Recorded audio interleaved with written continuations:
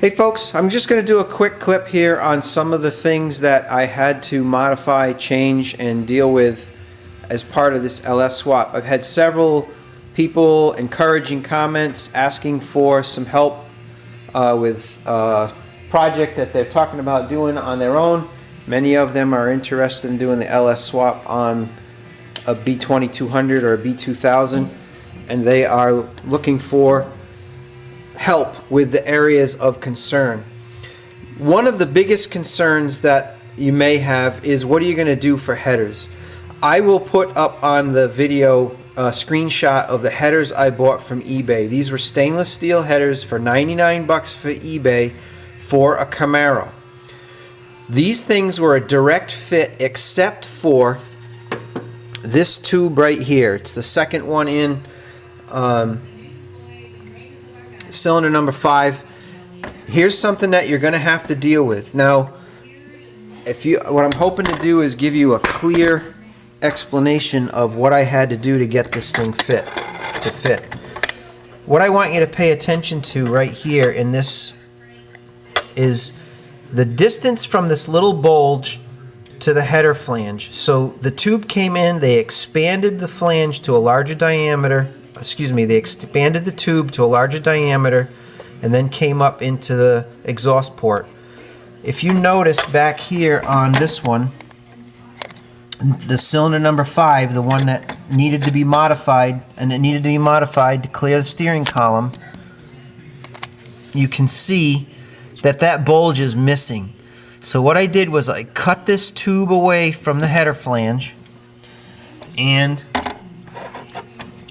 I sliced the tube way down low by the collector, and I moved this header tube in by 1/2 inch or more, and that bulge here that you can see on this tube disappeared into the header flange, and then I cut it off, and when the header was off I welded it all up and it's nice and smooth.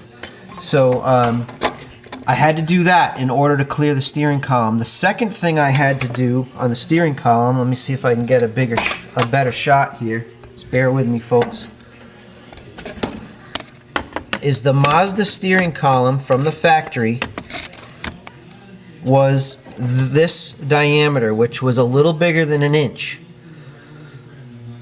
What I did was I cut this off. Now this section right here, from here all the way down to the steering box flange, is nothing more than a collapsible section that it's collapsible so you can remove the steering box with the column still in it and service this thing. This is not part of the impact absorption, so the steering column doesn't run into your chest when you go head on with somebody. That is all integral with the steering column under the dash. What I did was I cut this off. The spline that goes into the steering column is welded into a piece of DOM 1/4 inch wall tubing. So this is super strong. It's the same stuff I use for street rods. It's 3/4 diameter, 1/4 inch wall, and it's TIG welded. That slipped inside the factory Mazda size. So all as I did was step the tubing size down. This is a hollow piece of tubing. I stepped it down to 3/4 diameter and then TIG welded the spline. It's got rosette welds in it, so that spline is securely fastened to the DOM tubing. And that gave me about 1/8 of an inch clearance for the header. I don't like just putting dents in the header to clear things. I certainly could have done that, and the motor mounts are pretty strong, and the header has only come in contact with the steering column a couple of times, probably under hard cornering or something. So that is probably one of the biggest issues that you might have to resolve depending on what you choose for headers. The stock LM7 truck manifolds will not fit. I did not try Pontiac Firebird or Camaro headers from the factory because, to be honest with you, to find a set of those was way more expensive than these stainless headers from eBay. They're not bad headers. They have really thick stainless flanges, so the gaskets stay with it. They don't push out. The welds are very nice. Obviously the tubing has corroded because I've driven this thing for 6 months in the winter with salt on the roads and everything else. So that is one of the biggest issues. The next issue I will show you is the crossmember, the oil pan, and the motor mounts. So another thing that you're going to have to deal with is squeezing a big radiator into this thing. I had to change all of the LM7 truck engine accessories and the harmonic balancer to accommodate the Camaro water pump and pulleys and tensioner and those sorts of things. And I had to change to the Camaro intake manifold because I did not want to modify my hood, and this manifold is about 4 inches shorter than the truck manifold. So the radiator is squeezed in there. I had to make some custom bracketry to get it to mount to the radiator support. That was an issue. Obviously the radiator hoses are tight. I used a Dirty Dingo Motorsports power steering bracket for a Camaro power steering pump and the Camaro power steering pulley. And then I ended up making my own alternator mount that you can see. Hopefully you can see it. It picks up the block here that you have to drill and tap this, which really isn't a big deal. You use the alternator as a guide to center punch it and then drill it, and then you tap it. There's no danger of going through a water jacket or oil passage or anything like that. If you look on the internet, there's research for it all the time. So the two bolts that normally fasten the alternator to the bracket for the LM7 engine, use those same two bolts. There's two holes in the block. One of them is threaded. This one you have to drill and tap because this particular block, it's a 1999 LM7 out of a Silverado. And then I made some aluminum spacers to get my pulley drive spacing correct. And then on my alternator bracket that I custom made, you'll see some of this in a previous video where the tensioner pulley is right next to the alternator. It's between the alternator and the power steering pump in the front. So you can see the belt routing on one of my other videos, so you can check that out.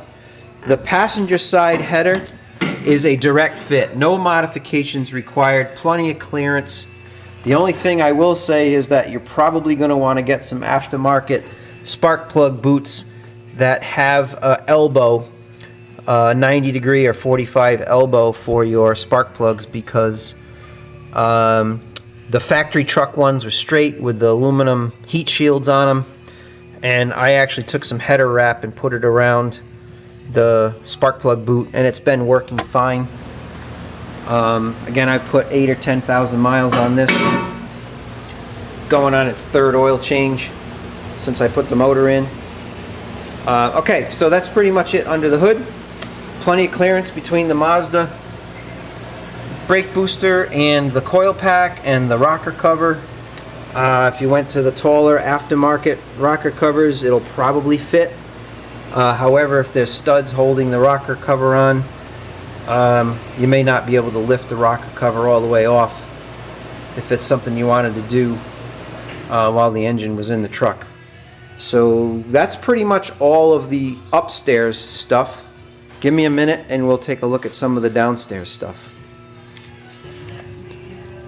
Alright folks, somebody asked about what type of motor mounts I needed to do and what did I buy. I purchased this style motor mount that actually has a polyurethane bushing inside of a tube that bolts to the LS block. It's an eBay item. I'll put a screenshot of the item that I purchased. I had to make my own frame tabs. These motor mounts come with a really nice heavy-duty bolt through the middle. And they send you a bracket. You can see that this bracket was just a tiny bit short to do what I needed to do for this project, and I ended up making a cardboard template starting out with this bracket. And I made a cardboard template. I think there's a screenshot of that in one of the videos. And then I made the bracket longer at the back end and just kept trimming it till I got what I wanted. So this wraps around the top of the frame a tiny bit up here and then comes down. I just cut the factory Mazda motor mount off the frame and then smoothed it all out, shined it up real good, and that was the foundation I used to build the motor mounts. I did put an additional gusset in that didn't come with it. You can see there's a rectangular gusset that connects the left to the right, and then it ties it back into the frame up at the top. There's no weld on the bottom, it's welded on the top side. I did that on both sides. When I put the motor in, I literally just took a piece of metal, 2 strips of aluminum, like 3/8 strips of aluminum bar stock, and I put them between the oil pan and the center link, and that was how I got my motor mount height. So I've got probably 3/4 of an inch between the oil pan and the center link here, and I just took 2 long strips of 3/8 thick bar stock, stacked them on top of each other, and let the motor sit there. I centered the motor left and right based on the harmonic balancer center to one frame rail to the other, and that's how I determined my motor mount lengths. And I did the same to this side. Same exact design. I was actually able to use, because the motor was centered in the chassis, I was able to use those templates to develop the left and right, and it worked out pretty well. Some of you asked, what oil pan am I using? This is the factory LM7 pan. It's a really deep pan. That's why when I built the Crossmember, I put this crash bar underneath it. So if I came up on something that I drive on dirt roads, I'm in the junkyards, I'm in the scrap yards, I'm doing yard work with this thing. If I happen to hit a branch or a stump or a rock, I wanted to make sure it just didn't immediately come into contact with the oil pan and crack it, because it's cast aluminum. So the other thing I did, some of you have already picked up on and asked for some help with the Crossmember. Here is the remnants of the factory Mazda Crossmember. I used it as a spacer, and I cut the Crossmember off. It used to go all the way across. I cut it off, used it as a spacer, and then I built this Crossmember that through bolts and reaches all the way across to the other side. These two things are some of the biggest issues between the header and this Crossmember and the motor mounts, so we'll call it 3 things. Up front were some of the biggest issues from a fabrication standpoint of trying to make this project work. Nothing that you can't overcome with some minor fabrication skills. I'm no genius. I do have a fair amount of equipment to do this in the shop. I've got some clearance between the oil pan and my Crossmember. The thing that scares me though is I need to buy an aftermarket oil pan to change the height and get a little better oil control. I'm just wondering if I'm going to be able to fit a pan that has a longer sump from the very back here. If it's longer, will it fit in there? I'll have to be real careful on the pan that I purchase. If not, it's going to be another custom Crossmember that I have to make, or I'll have to put some giant spacers in here to move this Crossmember forward. I got plenty of room to move it forward. The center link is quite a ways ahead. But just so you know, if you buy an aftermarket pan or a Camaro or a Corvette pan, this particular Crossmember is probably not going to work and need to be modified. So keep that in mind. Alright folks, I just changed out the oxygen sensor with the cheapo one from Rock Auto. It's nowhere near as rugged as looking as the one that came out from GM, but we'll see how long it lasts. You know, you always got to experiment. So those of you who ask questions about issues that you have to deal with, I'm not sure if you can see this or not, but the way that the firewall transitions into the floor pan with this eBay Camaro header is real close. So I did have to deform the firewall a little bit to go around the top of that header flange, so the header would bolt in. That was not, I did do it on this side to make some clearance on the passenger side. Trying to get some light up there so you can actually see what's going on, but I'm not sure if it's working, but not as much of an extent over here. Matter of fact, you could probably get away without doing it all on the passenger side, but I did just move the firewall up on the driver's side to make some clearance between that 3-bolt flange.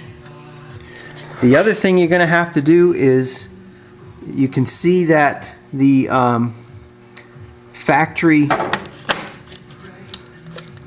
me get the light here going, the factory crossmember mounts for the Mazda, having trouble with the light here, bear with me. The factory crossmember for the Mazda was up here, and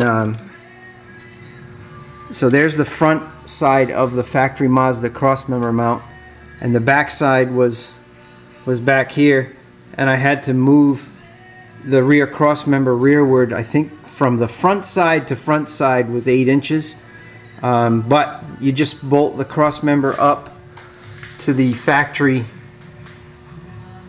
4L60E mount, put the crossmember in, and let that drive the location of your crossmember brackets. So I just cut 3x3 box tubing at an angle, and then I drilled through at the proper location to get my crossmember, Mazda crossmember, onto this. And it's still, the factory Mazda crossmember still has a little upward hump.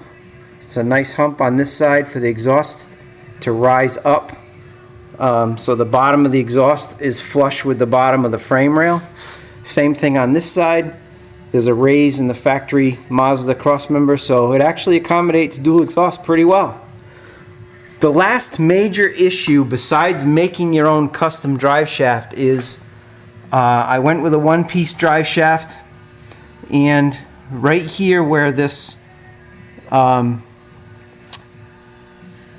shaft hoop is that I fabricated used to be the center bearing mount for the factory Mazda drive shaft.